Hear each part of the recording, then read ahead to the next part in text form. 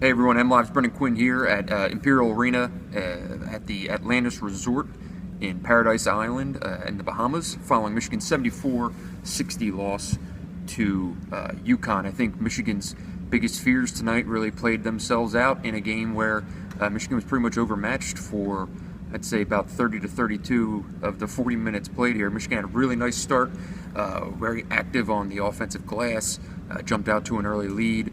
Kevin Ollie, the UConn head coach, called a timeout, and the game kind of totally turned on a dime for the Huskies, and they kind of worked Michigan there over the remainder of the first half, which led to the 8-minute mark when Karis LeVert picked up his second foul of the night. And if there's going to be any moment that really gets talked about out of this game, it'll be that John Beilein's decision to sit Karis LeVert in the quote-unquote auto bench.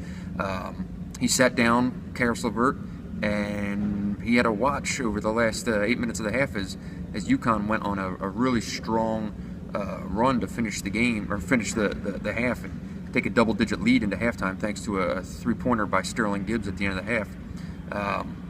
Michigan really never recovered from that. There was a late flurry down the final stretch of the game where Michigan cut the lead down to 8, but for the most part, they really never put a scare into UConn after that game-changing run at the end of the first half. So that's it for this game, where a lot of the same problems that Michigan had against Xavier really played themselves out once again against a bigger, more athletic, deeper in the sense of scoring options, and really a more versatile team inside and out. Michigan just did a lot of three-point shooting, which everyone's pretty familiar with. And if they had a really good night, it could have been a game. Instead, they went 8 for 29, and it wasn't a game. That shot's going to have to get figured out, because in about 22 hours from now, Michigan will take the floor again against Charlotte in the losers bracket of this tournament.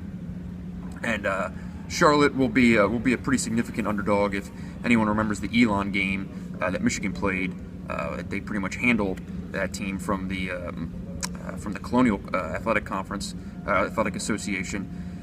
Well, that same Elon team beat the Charlotte team that Michigan will be facing tomorrow. So, Michigan should be able to take care of that game pretty handily. But, there are definitely some issues that need to get figured out. I think this team really needs to see some shots fall at this point to try to salvage these last two games while they're in the Bahamas. So, that's it for now. I'll be back here tomorrow with more coverage from the battle for Atlantis and Michigan's 3 games in 3 days.